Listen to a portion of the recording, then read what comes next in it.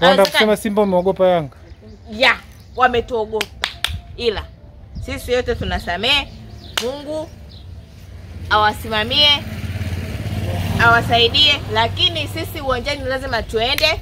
Nyie msipotokea au wasipotokea Simba, sisi tumemove. So, mechi simeahirishwa? Hapana, hajaahirishwa. Sisi Yanga hatutambui hilo swala. Hatutambui. So, lakini TFF wanajua. Hapana. Sisi hatujui chochote. Wewe ni jana usiku mmeenda uwanjani eti mtaka kufanya mazoezi saa 1 usiku, saa 1:30. Uwanja unataa. Alafu mmekodisha wazee gari kwamba waje, sijaelewa. Wale mashabiki wa Simba. Kama walikuwa yani hivi mnafanya mazoezi kama waje washabiki wafanye. Haiwezekani. Na sisi hatukubali. Tunaenda uwanjani, msipotokea mtapotea. Monica, mtapoteza muda.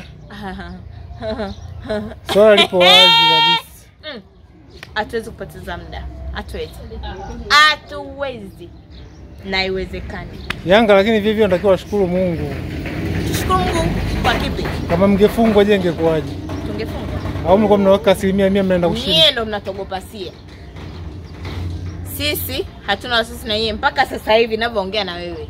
Kama inawezekana uwanja huko. Haya, watu wakiingia uwanjani mkifungwa itakuwaje? Hapana, haiwezekani.